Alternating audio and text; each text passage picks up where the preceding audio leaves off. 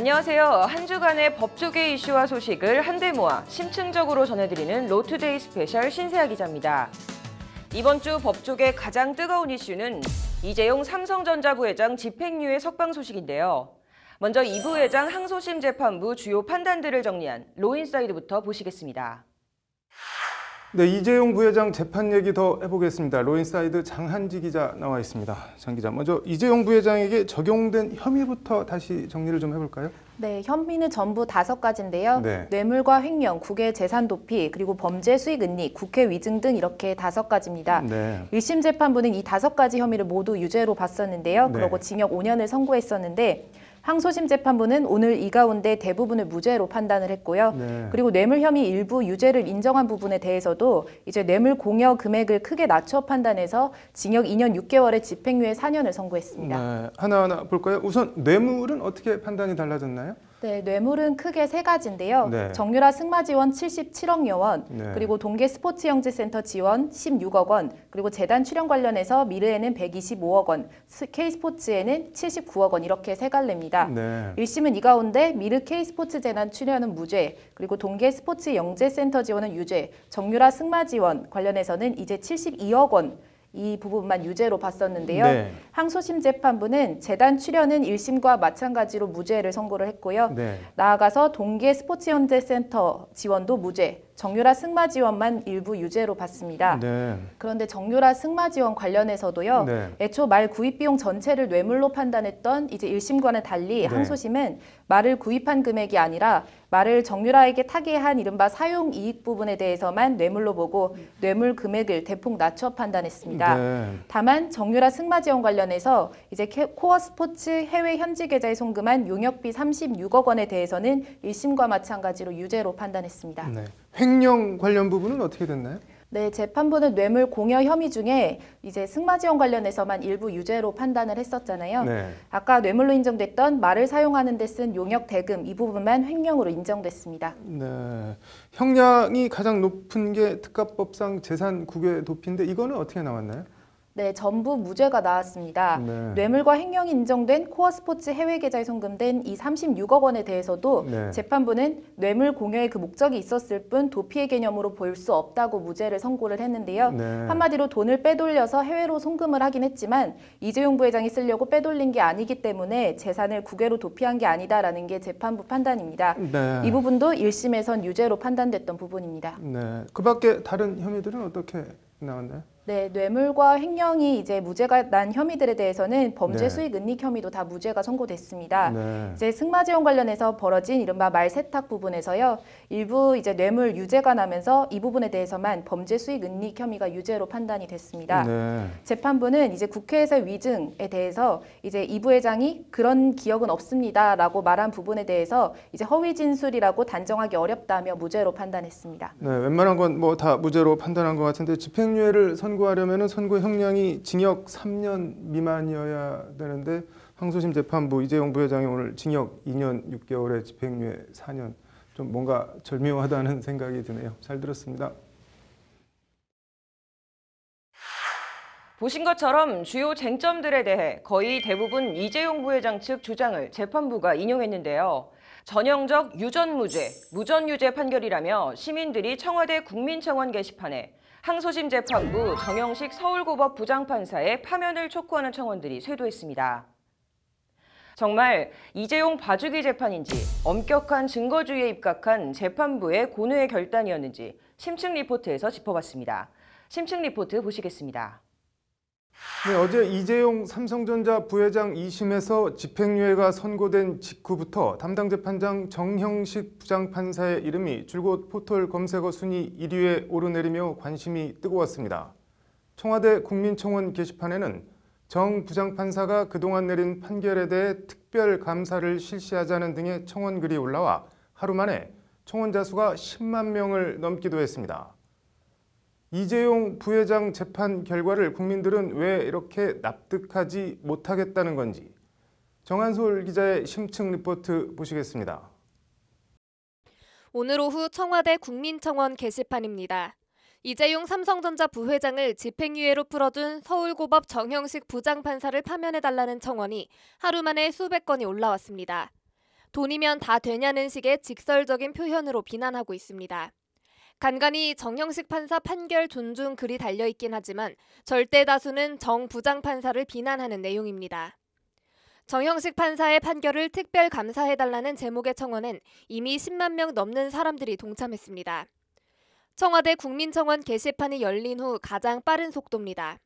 상식과 정의, 국민을 무시하는 부정한 판결이라는 청원자의 주장에 시민들이 공감하고 있는 겁니다. 청와대 국민청원 게시판에 쏟아지는 이재용 부회장 항소심 선고 결과와 해당 재판부에 대한 엄청난 비판과 비난을 어떻게 봐야 할까요? 가장 논란이 큰 건 승마 지원을 위해 해외로 송금한 용역비 36억 원에 대해 뇌물과 횡령 혐의를 유죄로 봤으면서도 정작 재산 국외 도피 혐의는 무죄를 선고했다는 점입니다. 피고인들의 행위가 도피에 해당하지 않고 피고인들에게 도피의 범위도 없었다는 것이 재판부 판단입니다. 특경가법상 재산 국외 도피는 이렇게 규정되어 있습니다. 법령을 위반하여 재산을 국외로 이동하거나 국외에서 은닉 또는 처분하여 도피시켰을 때라고 돼 있습니다. 36억 원 용역비는 뇌물과 횡령에 해당하는 만큼 법령을 위반하여 재산을 국외로 이동한 경우에 해당합니다. 돈이 우연히 건너간 것도 당연히 아니고 말 구입 용역비로 의도적으로 송금한 겁니다. 그런데도 재산을 해외로 빼돌릴 도피의 범위도 도피도 없었다는 것이 재판부 판단입니다. 민변 등이 술은 마셨지만 음주운전에 해당하지 않는다는 식의 전형적인 견강부회 판결이라고 비판하는 이유입니다. 분명히 말씀드립니다. 국민적인 상식에 어긋나는 판결에서 들은 법리들은 고차원적인 판결이 아닙니다. 엉터리 판결입니다. 재산 국외 도피 형량은 도피액이 5억 원 이상일 때 5년 이상의 유기징역에 처하도록 하고 있습니다. 집행유예는 3년 미만 징역형에 대해서만 함께 선고할 수 있습니다. 말 용역비 36억 원이 유죄로 인정됐다면 이 부회장은 원초적으로 집행유예로 풀려날 수 없었다는 얘기입니다. 뇌물 공여 의사는 있었지만 재산을 해외로 도피시키려는 의사는 없었다. 이렇게 판단하는 것도 굉장히 기계적이고 일반인들의 어떤 상식적인 판단에도 좀 벗어나는 판단이 아닌가 생각이 듭니다. 또 다른 측면은 양형의 형평성입니다. 국정농단 사건 관련만 해도 당장 안종범 전 수석 등에게 5,900만 원 상당의 뇌물을 준 혐의를 받는 박채윤 씨의 경우 1심에 이어 항소심에서도 징역 1년을 선고받고 복역 중입니다. 이재용 부회장의 경우 이러니 저러니 해도 뇌물 공여액이 36억 원이 넘는 엄청난 액수입니다. 재벌 회장들에 대해 천편일률적으로 3년 미만 징역, 5년 미만 집행유예를 선고한다 해서 이른바 3호 재판이라는 비아냥까지 들어온 우리 법원. 그런 법원에 대해 그러면 그렇지 하는 시민들의 냉소입니다. 집행유예가 나오지 않았을까 예상을 했는데 아니나 다를까 집행유예가 나와서 하지만 삼권 분립이 엄연한데 청와대 게시판에 특정 판사 파면을 촉구하는 청원을 올리는 건 바람직하지 않고 실제 그런 일은 가능하지도 않다는 지적도 있습니다. 재판부로서는 사실 고민이 많았을 겁니다. 삼성이 아무 대가 없이 돈을 주지는 않았을 것이고 그렇다고 해서 여론으로 판단한다는 것은 상당히 부적절하고 사법부의 독립을 흔드는 행위입니다. 법관들 사이에서도 국민이 납득하기 어려운 판결이라는 지적이 나오고 있지만 법원은 정형식 판사 청원 글에 일절 대응하지 않기로 한 것으로 전해졌습니다. 이재용 부회장이어서 무조건 구치소에 가둬놓는 것도 안 될 일이지만 이재용 부회장이어서 이재용 부회장이기 때문에 풀어주는 일은 절대 벌어져서는 안 될 일일 겁니다. 사법부가 국민으로부터 진심으로 사랑받고 신뢰받는 길은 공정하고 정의로운 좋은 재판의 실현에 있다. 김명수 대법원장의 말입니다. 법률방송 정한솔입니다. 검찰이 국정원 특활비 뇌물수수 관련 MB집사 김백준 전 청와대 총무기획관을 구속 기소하면서 공소장에 김백준 전 기획관은 뇌물수수 방조범으로 정범, 그러니까 주범이자 국정원 특활비 수수 최종 종착지이자 수혜자로 이명박 전 대통령을 적시했습니다. 의미와 파장을 남승한 변호사의 시사법률에서 집중 분석했습니다. 시사법률 보시겠습니다.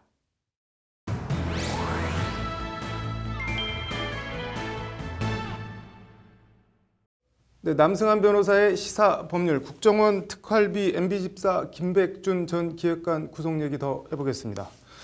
남 변호사님, 일단 혐의 내용 간단하게 좀 다시 정리를 해주실까요? 네, 2008년 5월경에 청와대 근처 주차장에서 국정원 예산 담당관으로부터 2억 원 받는 등 총 4억 원을 수수했다 이런 내용입니다. 기소를 하면서 검찰이 방조범이라고 하고 주범은 이명박 전 대통령이라고 이렇게 적시를 했는데 이거는 뭐 어떤 의미가 있는 건가요? 네, 이 서울중앙지검 특수 2부에서 기소를 했는데요. 네. 특정범죄가중처벌법상 뇌물하고 국고손실죄로 기소했습니다. 그런데 정범은 이명박 전 대통령이고, 그다음에 김백준 전 기획관은 방조범에 해당한다 이렇게 한 것인데요. 이제 정범, 그러니까 실제로 행한 사람 외에 그 범죄가 용이하도록 해준 것에 불과하다 이렇게 본 것으로 보입니다. 뇌물이면은 공무원이 뭐 직위와 관련해서 돈을 받을 때 성립하는 거잖아요. 근데 이 김백준 전 기획관 같은 경우는 어떻게 뇌물이 성립하는 건가요? 일단 김백준 전 기획관이 그 무렵 공무원이었기는 했을 거고요. 그리고 공무원이 아니라 하더라도 신분범인 공무원과 함께 공동정범이 될 수 있습니다. 그다음에 공무원이 아닌 사람이라 하더라도 공무원이 뇌물 받는 걸 용이하게 해주면 방조범이 될 수 있거든요. 그래서 지금 이 경우에는 신분범인 정범, 이명박 전 대통령이 공무원이었으니까요. 정범이 될 수 있고 그것에 방조범이 된 것으로 되어 있습니다. 그러면은 어쨌든 국정원에서 김백준 전 기획관을 보고 돈을 준 건 아닐 텐데 그 김백준 전 기획관 단순히 뭐 심부름꾼이라는 건데 방조범이랑 주범이 뭐 형량 같은 게 많이 차이가 나는 모양이죠? 네, 일단 이 범죄는 특정범죄가중처벌 등에 관한 법률, 특가법이 적용됩니다. 그래서 형량이 상당히 높은데요. 수뢰액이 1억 원 이상인 경우에 무기 또는 10년 이상의 징역에 처하기 때문에 다른 사유가 없으면 집행유예가 불가능합니다. 그런데 방조범의 경우에는 법률상 감경을 할 수 있거든요. 그렇게 되면 감경을 2번까지 할 수 있으니까 2년 6월이 하한이 됩니다. 그럼 집행유예가 가능해집니다. 김백준 전 기획관이 처음에는 돈 받은 사실 자체를 부인했는데 나중에는 뭐 검찰 수사에 적극 협조했다고 들었는데 이건 뭐 이런 측면에서 볼 여지도 있는 건가요? 어떤가요? 일단 방조범으로 기소했다 이런 기사를 접하면 변호사들로서는 집행유예가 가능해졌구나 이런 생각을 바로 하게 됩니다. 집행유예가 가능하다는 것은 뭐 집행유예는 나중에 법원이 선고하는 것이긴 합니다만 뭐 기소할 때 집행유예가 아예 불가능하게 기소하는 것과 엄청난 차이가 있는 거라서요. 검찰로서는 그런 부분을 충분히 고려했고 그런 얘기가 있었을 것이다 이런 생각을 저희는 하게 됩니다. 뭐 이른바 일종의 플리 바게닝을 한 거다 이런 거라는 말씀인 건가요? 그런 느낌을 지울 수 없습니다. 남 변호사님 사무실이 그 청계재단 들어있는 영포 빌딩이잖아요. 그 재단에 가끔 김백준 전 기획관이 나왔나요? 어땠나요? 네, 수년 전에부터 해서 자주 나오시는 거를 제가 봤습니다. 그러면 그 재단에서 뭔가 일을 하시니까 나왔을 텐데 어쨌든 최근까지 이명박 전 대통령 뭐 재단 일이든 뭐든 관여를 했다는 얘기네요. 네, 등기상으로는 뭐 이사나 감사 등 임원으로 재임하지는 않은 게 분명한데요. 뭐 계속 나와 뭐 자주 얼굴을 볼 수 있었으니까 무슨 상근으로 근무했는지 뭐 이런 생각은 해보지만 저희가 사실 물어볼 방법이 없고 해서 확인하지는 못했습니다. 뭐 어쨌든 내일 관련 얘기 조금 더 들어보겠습니다. 영포 빌딩이랑 다스 관련 얘기 좀 들어보고 오늘 잘 들었습니다. 네, 남승환 변호사의 시사 법률 어제에 이어 이명박 전 대통령 관련한 수사 얘기 더 해보겠습니다. 남 변호사님, 얼마 전에 그 검찰에서 영포 빌딩, 청계재단 들어있는 영포 빌딩을 압수수색해서 다스 관련한 서류를 압수수색해 갔는데 그게 지하 2층 뭐 비밀 창고 어쩌고저쩌고 하던데 사무실이 지금 영포 빌딩에 있잖아요. 그 지하 2층에 뭐 그런 게 있다는 얘기 혹시 들어보신 적은 있으신가요? 저희가 이제 지하 주차장에 차를 대고 올라오면 보입니다. 그래서 거기에 뭐가 있다는 것은 알았죠. 저희로서는 뭐 다스가 있다는 얘기는 있었으니까 그게 뭐 다스 사무공간이겠거니 했습니다. 검찰에서 압수수색해서 간 것들 어떤 것들이었죠?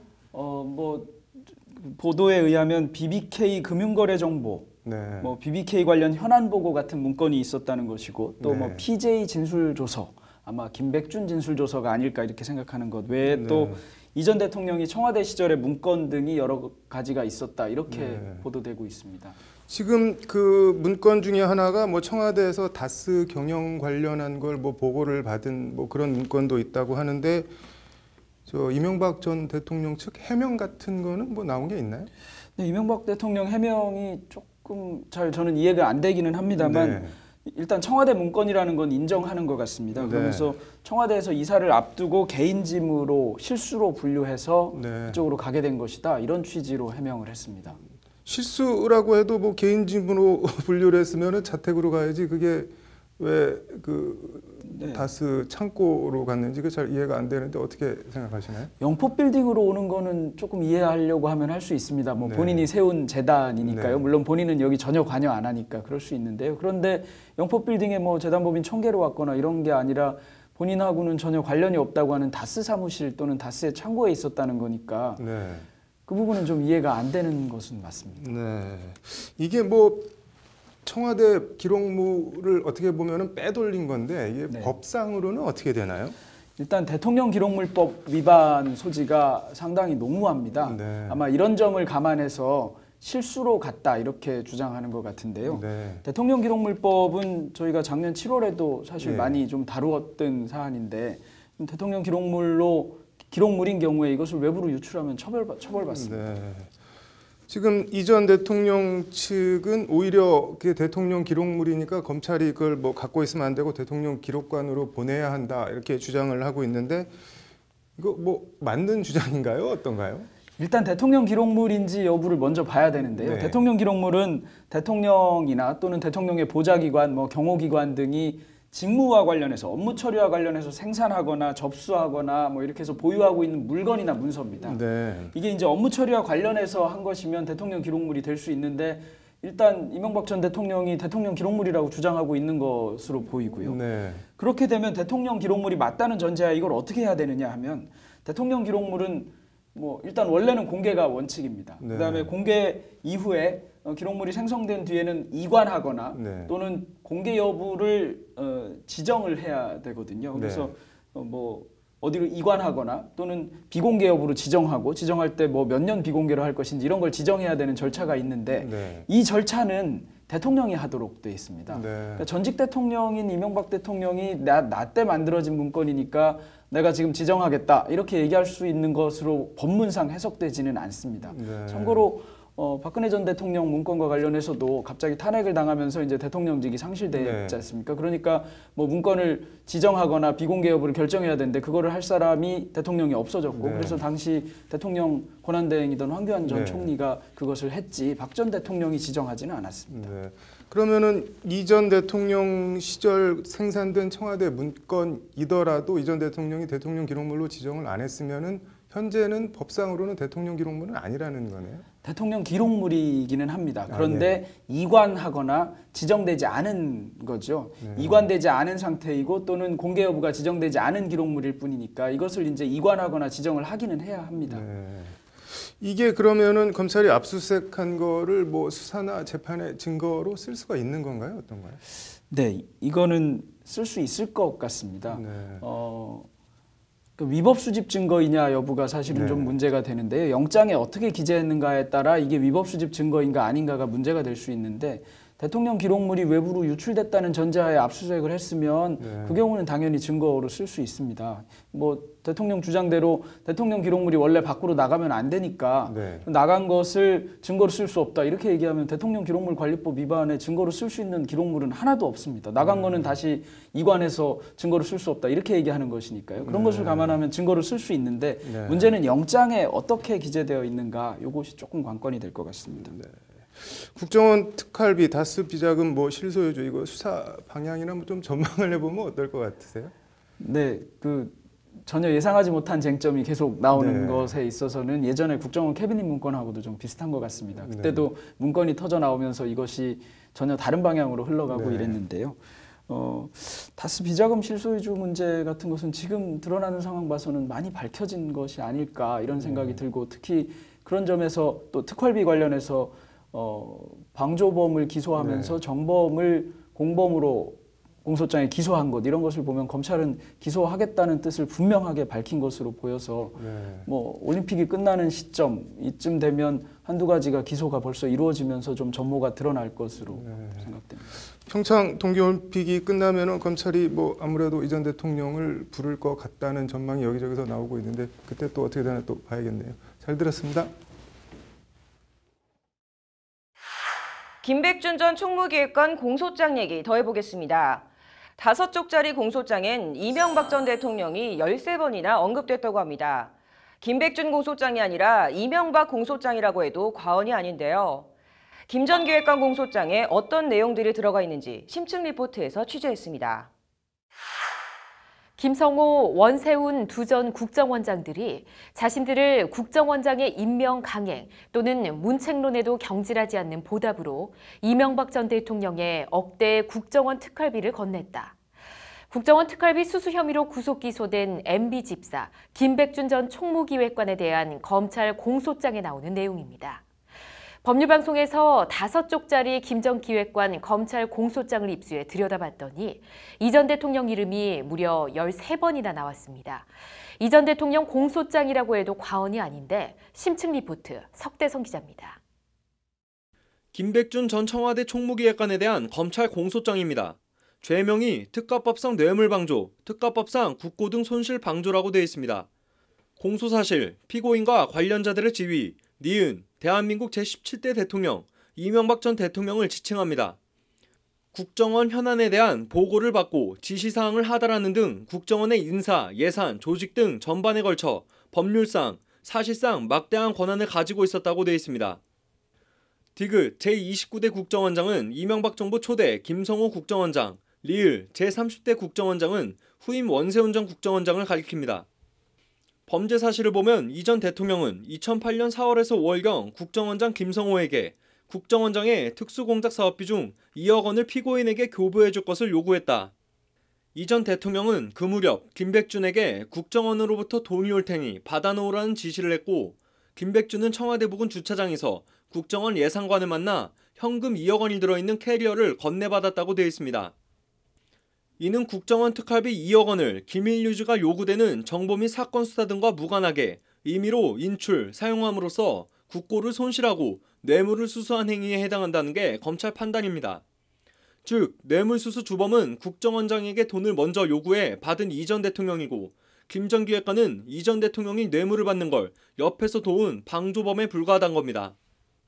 검찰은 공소장에서 이 전 대통령이 비슷한 수법으로 2010년 7월에서 8월경 원세훈 전 원장으로부터도 국정원 특활비 2억 원을 받았다고 적시하고 있습니다. 뇌물죄 성립의 전제 조건인 대가성도 검찰은 공소장에서 명확히 하고 있습니다.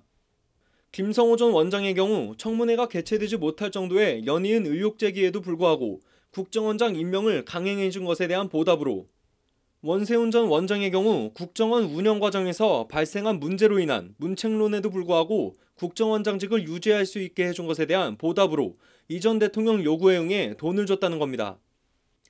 김 전 원장과 원 전 원장 모두 향후 국정원장직 유지 및 인사, 예산 편성 등 현안과 관련해 이 전 대통령으로부터 각종 편의를 제공받을 것을 기대하면서 돈을 줬다고 검찰은 공소장에 적시했습니다.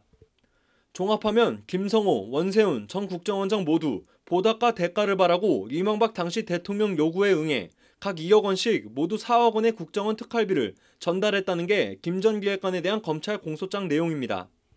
검찰은 공소장이 적시된 4억 원 외에 18대 총선, 청와대 불법 여론조사 등에도 수억 원의 국정원 특활비가 건네진 것으로 보고 이 전 대통령 관여 여부 등을 수사하고 있습니다. 수사 결과에 따라 이 전 대통령의 국정원 특활비 수수 액수는 더 늘어날 수 있습니다. 검찰이 이명박 전 대통령을 피의자로 적시한 만큼 이 전 대통령에 대한 검찰 수사와 기소는 기정사실화하고 있습니다. 특가법상 뇌물 수뢰액이 1억 원을 넘을 경우 무기 또는 10년 이상의 징역형에 처해지게 됩니다. 혐의가 유죄로 인정될 경우 징역형 10형만 있고 집행유예로 풀려날 일은 없다는 뜻입니다. 법률방송 석대성입니다. 무상복지냐 보편적 복지냐 논란의 중심에 섰던 성남시 등 지자체들이 박근혜 대통령 시절 정부가 지자체에 주는 조정교부금을 삭감한 데 대해 헌법재판소에 제기한 권한쟁의 심판 공개 변론이 열렸습니다. 어떤 내용인지 보시죠.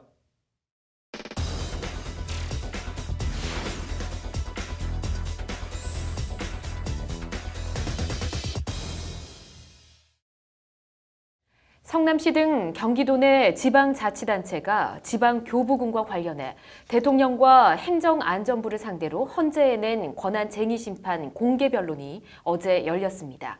이슈플러스 정한솔 기자와 이 이야기 나눠보도록 하겠습니다. 어서 오십시오. 네, 권한쟁의 심판이라고 하는데 어떤 내용입니까? 네, 일단 심판 내용에 등장하는 용어들이 좀 많이 낯설고 복잡한데요. 네.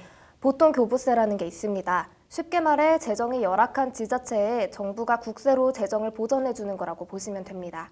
그리고 불교부 단체라는 용어가 또 있습니다. 네. 이것도 쉽게 말하면 재정이 탄탄해서 보통 교부세를 안 받아도 되는 재정 자립도가 충실한 지자체를 말합니다. 그리고 또 조정교부금이라는 용어가 있습니다. 이것도 국가가 지자체에 주는 돈인데 보통 교부세와의 차이점은 보통 교부세는 지자체의 부족한 예산을 중앙정부가 메워주는 돈이고 또 조정교부금은 지자체 자치 사무 업무에 쓰라고 주는 돈입니다. 즉 재정 자립도와는 상관없이 지자체에 쓰라고 주는 돈을 조정교부금이라고 하는데요.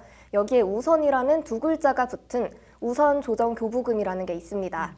우선 조정교부금은 앞서 말씀드린 대로 재정 자립도가 탄탄해서 보통 교부세를 받을 필요가 없는 불교부 단체에 해당하는 지자체에게 조정교부금을 우선적으로 지급하는 제도라고 보시면 됩니다.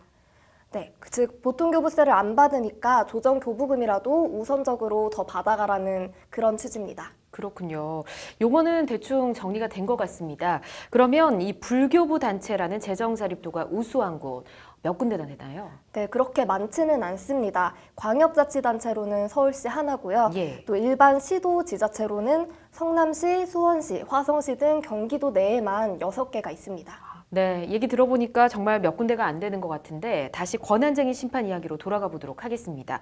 청구 내용이 어떻게 되는 건가요? 네, 박근혜 정부 때인 2016년 8월에 이 우선조정 교부금 폐지를 골자로 하는 대통령령을 시행을 했습니다. 네.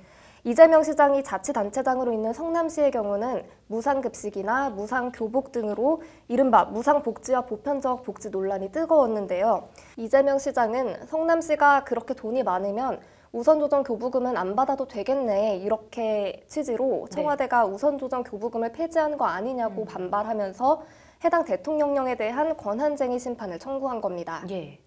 성남시 외에 수원시, 화성시도 이 권한쟁의 심판에 같이 동참을 했습니다. 네, 그러니까 심판의 핵심 쟁점은 결국 해당 대통령령이 이 지자체의 자치권을 훼손한 위헌적 대통령령이 아니냐 하는 거네요.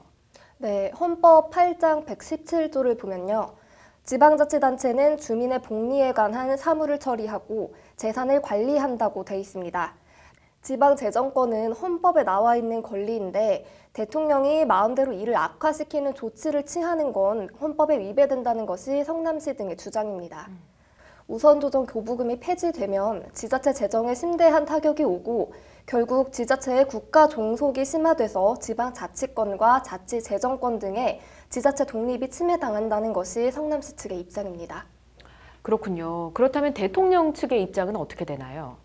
대통령 측은 성남시 등 불교부 단체들은 재정이 다른 지자체에 비해서 훨씬 우수하고 탄탄한 만큼 굳이 조정교부금을 이들 지자체에 우선 배분할 이유와 명분이 없다. 그 돈을 재정이 어려운 다른 지자체에게 돌려주자는 게 맞다고 주장을 하고 있습니다. 네. 이는 지방자치권을 침해하고 훼손하는 게 아니라 오히려 강화하는 조치다 이런 입장입니다. 그렇군요. 양측 주장이 다 일리가 있어 보이는데 헌재가 어느 쪽에 손을 들어줄지 궁금합니다. 오늘 잘 들었습니다. 봄이 와도 봄이 온 것 같지가 않구나. 출래 불사춘. 민변 김희수 변호사가 검찰과 법무부를 두고 한 말인데요. 박근혜 정부 시절 눈의 가시 같은 민변 변호사들의 직무를 박탈하기 위해 추진됐던 법무부 변호사징계위원회가 문재인 정부 들어 뜬금없이 다시 되풀이되고 있다고 합니다. 어떤 내용인지 법률방송 현장기획에서 단독 취재했습니다. 현장기획입니다. 법무부가 내일 김인숙 변호사 등 민변 소속 변호사 3명에 대한 징계위원회를 개최합니다. 절차적으로도 실체적으로도 변호사법을 위반한 황당 징계라는 것이 김 변호사 등의 주장인데요. 거슬러 올라가면 이 문제도 박근혜 정부 청와대와 관련이 있습니다. 어떤 내용인지 장한지 기자의 단독 보도 보시겠습니다. 법률방송이 단독 입수한 박근혜 정부 시절 고 김영한 민정수석이 작성한 비망록입니다. 2014년 9월 6일 작성된 메모에는 이런 내용이 나옵니다. 간첩 무죄, 수사도 적폐, 철저하고 치밀한 업무 처리로 정상적인 대한민국 만들어야 트집 잡히지 않도록 완벽하게. 닷새 뒤인 9월 11일 작성된 메모입니다. 장경욱 변호사 철저 고발건 조사, 변호사 정지, 법무부 징계 이런 단어들이 나열돼 있습니다. 그리고 한 달 뒤인 10월 26일 작성된 메모입니다. 민변 변호사 징계 추진 현황 보고요라고 돼 있습니다. 1년의 메모를 종합하면 검찰과 법무부를 관장하는 청와대 민정수석이 장경욱 변호사 등 특정 변호사들의 징계를 추진했고 관련 사항을 보고하라는 지시를 내린 겁니다. 장이라는 표시까지 돼 있습니다. 업무일제. 그렇다면 이건 결국 청와대 비서실장 김기춘의 지시하에 법무부와 검찰 관련한 업무를 하는 민정수석, 고 김영한 민정수석을 통해서 검찰에 민변 변호사들에 대한 징계를 기획해서 지시해서 그걸 고 김영한 민정수석 비망록에 언급된 민변 변호사들은 김인숙, 김희수, 장경욱 변호사 이렇게 3명입니다. 이들의 공통점은 박근혜 정부 시절 간첩 조작 사건 같은 시국 사건, 세월호 관련 재판, 군 의문사 사건 등 정권 입장에서 달가울 리 없는 사건들을 골라 맡았다는 점입니다. 이들 변호사들을 눈엣 가시처럼 보던 정권이 징계를 추진한 겁니다. 검찰은 실제 징계 추진 현황 보고를 요한다는 김영한 민정수석 메모 작성 일주일 뒤인 2014년 11월 3일 변호사 징계권을 갖고 있는 대한변협에 김인숙 변호사 등에 대한 징계를 신청했습니다. 이들이 의뢰인에게 진술 거부나 혐의 부인 등을 요구해 변호사법을 어겼다는 게 검찰의 징계 신청 사유입니다. 그 징계 청구가 단순한 그 공안 검사들의 치졸한 복수극이 아니라 청와대, 법무부, 서울지검 서로 협력해서 민변 변호사들한테 징계를 청구함으로써 해당 변호사의 업무를 정지시키고 방해하려는 사악한 계획하에 이루어졌다는 것을 알았습니다. 변협은 그러나 2차례에 걸친 검찰 징계 신청을 모두 징계 사유가 없다며 기각했습니다. 이 사건 보면은 첫째 그 징계 사유가 명확하지 않습니다. 또 진술 거부권을 하겠다는 거. 이것들은 저희 변호사들이 할 수 있는 변론 범위 내거든요. 면밀히 검토해서 기각을 했고. 그러자 검찰은 2016년 7월 이번엔 법무부의 변협 징계위원회 결정에 대한 이의 신청을 제기, 김인숙 변호사 등에 대한 징계를 다시 신청합니다. 변호사법 98조 징계의 집행 조항은 징계는 대한변호사협회에 장이 집행한다고 돼 있습니다. 변협 징계위 결정에 불복해 법무부에 이의 신청하는 절차가 있지만 이는 통상 징계 결정에 불복해내는 이의 신청이지 이번처럼 징계 사유가 없다는데 징계를 해달라고 이의 신청을 하는 건 찾아보기 힘든 경우입니다. 거의 없었습니다. 저희가 자율적인 징계권을 갖고 있어서 회원들이 잘못하면 저희가 가차없이 엄격하게 징계를 하고 그것이 저희 자랑이었는데. 당시 박근혜 정권 눈치를 본 검찰의 해프닝 정도로 치부했던 김 변호사 등은 지난 2일 법무부에서 황당한 통지서를 받았습니다. 법무부 징계위원회가 개최되니 출석하라는 출석 통보서입니다. 그걸 받고 떠오르는 단어는 신뢰 불사춘. 봄은 왔는데 봄이 아니구나. 입추는 왔는데 아직도 춥구나. 정권은 바뀌었으나 법무부와 검찰은 전혀 바뀌지 않았구나. 통지서 내용은 더 황당합니다. 변협 징계위원회 징계 결정에 대한 귀하의 이의 신청과 관련해 법무부 변호사 징계위원회를 개최한다고 돼 있습니다. 검찰이 낸 이의 신청이 김 변호사 등이 낸 이의 신청으로 변협의 징계 기각이 징계 결정으로 처음부터 끝까지 거꾸로 돼 있는 겁니다. 법무부가 제대로 보지도 않고 오로지 징계를 위한 징계위원회를 개최한다는 게 이들 변호사들의 주장입니다. 대한변호사협회에서 징계를 하지 않겠다고 결정하면 법무부에서 징계를 할 수가 없어요. 박근혜 정권 시절에 그런 법률에도 근거하지 않고 징계를 하겠다고 하는 초법적 발상과 행동을 했는데 똑같은 행동을 반복하고 있는 거에 대해서 좀 경악스러운 생각이 들어갑니다. 법무부는 법률방송의 관련 질의에 대해 공식 답변을 거부했습니다. 대신 한쪽짜리 회신문을 보내 현재 법무부 변호사 징계위원회에 관련 징계 절차가 계속 중이므로 구체적인 답변을 드리기가 적절하지 않음을 양해해달라는 입장을 밝혔습니다. 법무부는 내일 예정대로 김인숙 변호사 등에 대한 징계위원회를 개최할 예정입니다. 김 변호사 등은 절차적으로도 내용적으로도 법적 근거가 없는 명백한 부당 징계라며 징계위에 출석하지 않기로 했습니다. 법률방송 장한지입니다. 운영하던 숙박업소를 정리해 현금화해 집안에 꼭꼭 숨겨둔 부모님 노후 자금을 훔쳐 쓴 황당한 아들. 그러나 법적으론 처벌할 수 없다고 하는데요. 김수현 변호사의 이슈 속 법과 생활, 친족 상돌의 얘기 해보겠습니다.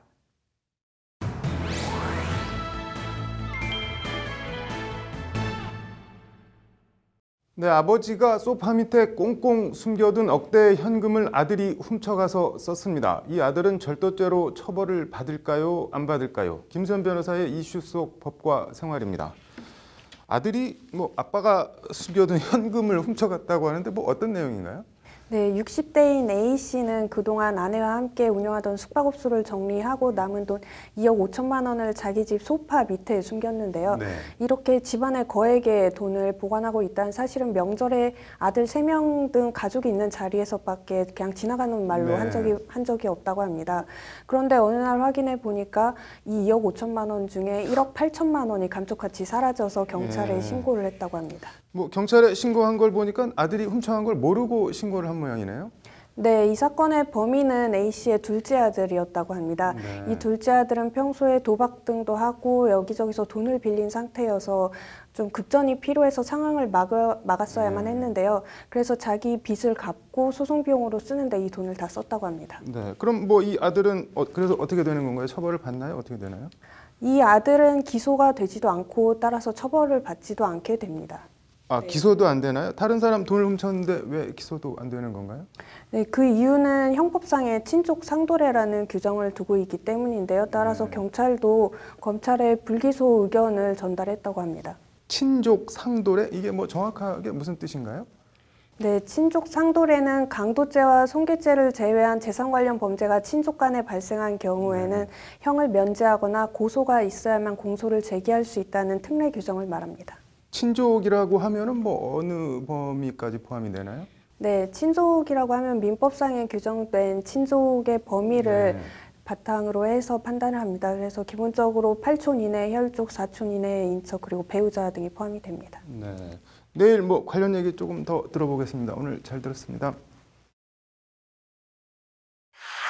네, 60대 아버지가 소파 밑에 숨겨둔 억대의 현금을 훔쳐서 쓴 아들이 기소도 처벌도 받지 않았다는 얘기, 어제 이어 김수현 변호사의 이슈 속 법과 생활에서 더 얘기해 보겠습니다. 김 변호사님, 사건 내용 간략히 다시 한번 설명해 주시죠. 네, 아버지가 집 소파 밑에 보관해둔 2억 5천만 원 중 1억 8천만 원을 둘째 아들이 훔쳐다 쓴 사건인데요. 네. 이 행위 자체는 절도죄에 해당이 되지만 형법상 친족 상도례 규정으로 인해서 아들은 처벌받지 않는 사건입니다. 친족 상도례, 이게 뭔지 좀 다시 한번 설명을 해주시죠. 네, 친족 상도례는 일정한 재산 관련 범죄의 경우 이것이 친족 간에 발생한 경우 그에 관한 특례를 규정하고 있는 조항인데요. 이 조문을 구체적으로 살펴보면 우선 제1항은 직계혈족, 배우자, 동거 친족, 동거 가족 또는 그 배우자 간의 죄는 그 형을 면제한다라고 규정이 되어 있습니다.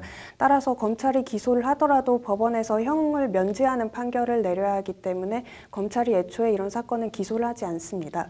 그리고 제2항을 보면 그 외 친족 간의 죄는 고소가 있어야 공소를 제기할 수 있다라고 규정을 하고 있는데요.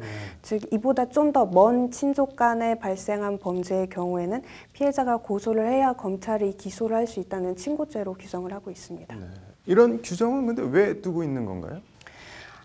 국가적인 차원에서 친족 간 내부의 일은 국가 차원에서 해결하기보다는 친족끼리 그냥 알아서 해결하도록 두는 것이 더 바람직하다는 의견 때문에 이런 규정을 두었습니다. 만일 아버지나 어머니가 저놈 자식 버릇을 좀 고쳐놔야 돼 하면서 검찰에 기소를 요청하거나 고소를 하거나 그러면 어떻게 되나요? 네, 이런 경우에는 아버지나 어머니가 처벌을 원한다고 하더라도 국가 차원에서 어떻게 처벌을 할 수는 없고 네. 가정교육을 제대로 다시 하는 수밖에 없을 것 같습니다. 네. 그럼 뭐 아버지나 어머니 돈 훔치는 거는 일단 뭐 어떻게든 처벌은 안 받는 거네요, 현 행법상으로는? 네, 그렇습니다. 근데 만약에 아버지 재산인 줄 알고 훔쳤는데 아버지 재산이 아닌 딴 사람 거였다, 이렇게 되면 어떻게 되나요? 네, 이 친족 상도례 규정은 행위자가 어떻게 인식하고 있었느냐는 영향이 없습니다. 즉 객관적으로 친족 관계가 있었느냐 여부에 따라 판단을 하는데요. 따라서 말씀하신 것처럼 다른 사람 재산인 줄 알고 아버지 재산을 훔친 경우에는 절도죄로 처벌을 받지 않게 되고요. 그 반대로 아버지 재산인 줄 알고 다른 사람 재산을 훔친 경우에는 절도죄로 처벌을 받게 됩니다. 네. 뭐 절도 말고도 이 친족 상도례라는 게 적용되는 뭐 범죄가 또 다른 게 더 있나요? 네, 형법상으로 사기죄, 공갈, 횡령, 네. 배임, 작물죄 그리고 권리행사 방해죄 등이 있습니다.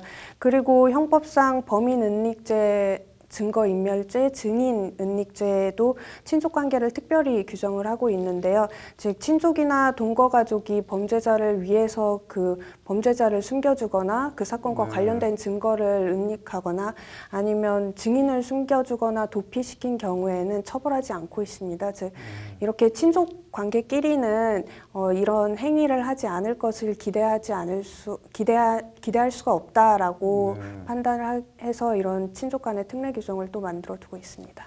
뭐 부모님을 상대로 사기, 공갈 뭐 이런 거를 실제로 하는 자식이 뭐 있는지는 모르겠지만 시청말로 좀 웃기면서도 슬픈 뭐 이른바 웃픈 현실이자 법 규정 같네요. 잘 들었습니다. 부모가 감옥을 간 아이들. 어떻게 살지 사실 깊게 생각해 보진 못했는데요. 생활고와 범죄자 자식이라는 편견. 우리 사회 가장 그늘진 수감자 미성년자 자녀들을 돌보는 국내 유일 수감자 미성년 자녀 복지단체 세움 대표를 만나 차별과 편견에 대한 얘기를 들어봤습니다. 로투데이 인터뷰입니다. 애는 뭔 죄냐? 일상생활에서 가끔 쓰는 말인데요. 교도소에 수감 중인 수용자 자녀만큼 이 말이 들어맞는 경우도 없을 것 같습니다. 생활고와 범죄자 자식이라는 사회적 편견. 이런 이중고에 시달리는 수감자 자녀들이 수만 명에 달한다고 하는데요. 국내 유일의 수용자 자녀들을 돕는 아동복지단체 세움을 만든 이경림 대표를 만나 이야기를 들어봤습니다. 로투데이 인터뷰 정한솔 기자입니다. 굳게 닫힌 문 슬며시 손 내밀면 열립니다. 서울 마포구에 위치한 국내 유일 수감자 자녀 아동복지단체 세움 이경림 대표 사무실에 걸려있는 문구입니다. 제가 봤을 때는 사실 이제 아이들도 가족들도 가족의 어떤 범죄 사실에 대해서 마음을 닫고 있어요. 그럴 때 슬며시 손 내밀면 이들이 그 사회에 대해서 닫힌 마음들이 열릴 것이다.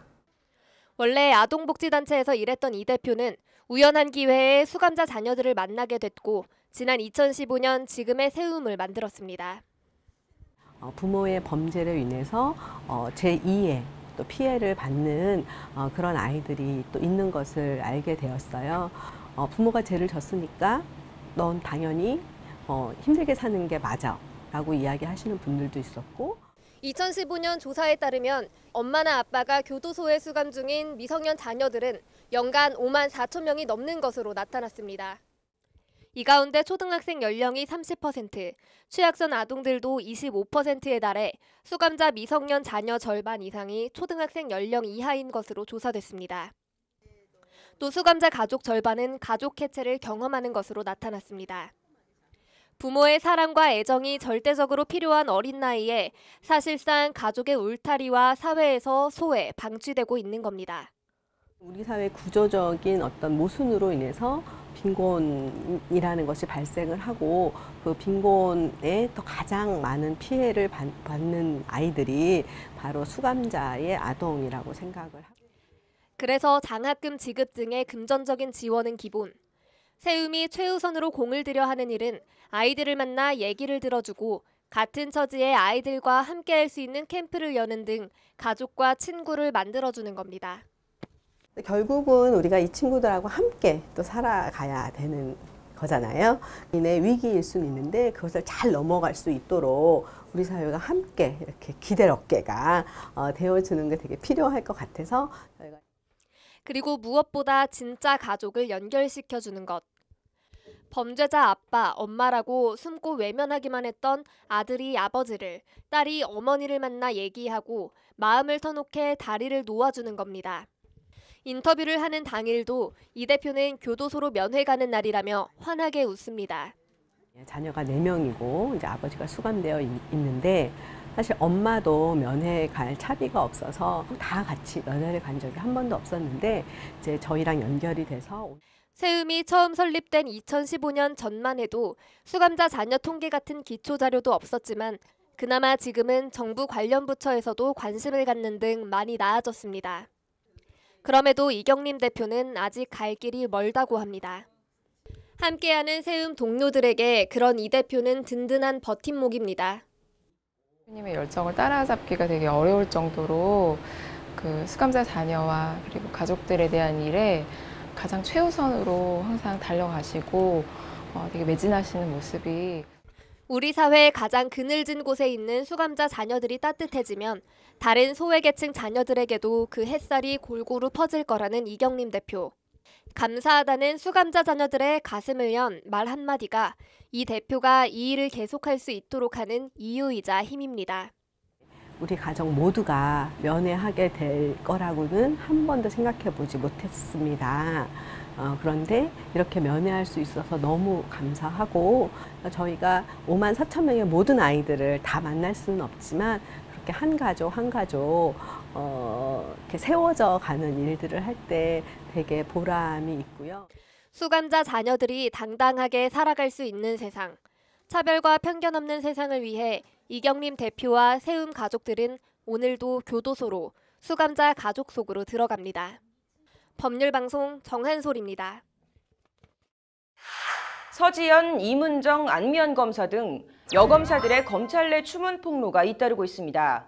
여검사들이 친정인 검찰을 향해 대한민국을 향해 던지는 묵직한 돌직구에 대해 생각해봤습니다. 앵커 브리핑입니다. 네, 서지현, 이문정, 안미현, 요즘 대한민국을 들었다 놨다 하고 있는 이름들입니다. 잘 아시다시피 모두 여성이고 직업은 검사입니다.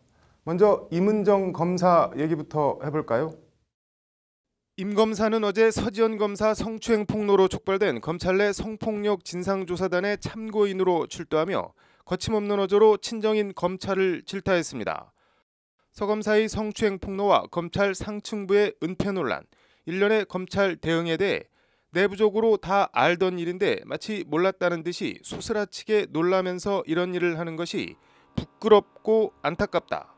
엄격한 바른 검찰을 지향하면서도 부끄러움이 없는 게 검찰의 현실이지 않느냐며 우리가 뭘 잘못했는지 깨닫고 부끄러움을 알아야 한다고 검찰에 돌직구를 날렸습니다. 임 검사는 이번 성추행 사건 이전에도 검찰 내 이런저런 부조리에 쓴소리를 해온 검찰 조직으로 보면 목구멍에 가시 같은 존재입니다. 이번 검찰 내 성추문 관련해서도 검찰 입장에서는 고르고 골라 진상조사단장에 임명했을 여성 1호 검사장 조희진 서울 동부지검장에 대해서도 검찰 내 성추문 문제 제기를 가로막았다. 사퇴하는 게 마땅하다는 입바른 소리를 했습니다. 안미연 검사는 성추문과 함께 검찰에 해묵었지만 가장 아픈 부분인 수사 외압 의혹을 정면으로 폭로했습니다. 강원랜드 채용비리 수사 과정에 검찰 상층부에 외압이 있었다는 건데 외압 주장은 사실 무근이라는 검찰 해명에 대해 안 검사는 어제 보도자료를 통해 이 사건의 본질은 권력형 비리 수사에 외압이 있었다는 거라고 자신이 몸담고 있는 검찰 해명을 정면으로 통박했습니다.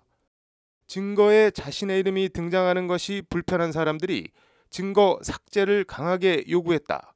외압 때문에 담당 검사가 제대로 수사할 수 없었다는 것이 안미연 검사의 주장입니다. 안 검사가 거론한 인물들은 검찰 출신으로 강원도의 지역구를 둔 현 국회 법사위원장인 권성동 자유한국당 의원 등이 포함돼 불길은 정치권으로까지 번진 상태입니다. 이문정, 안미연 검사, 그리고 서지현 검사.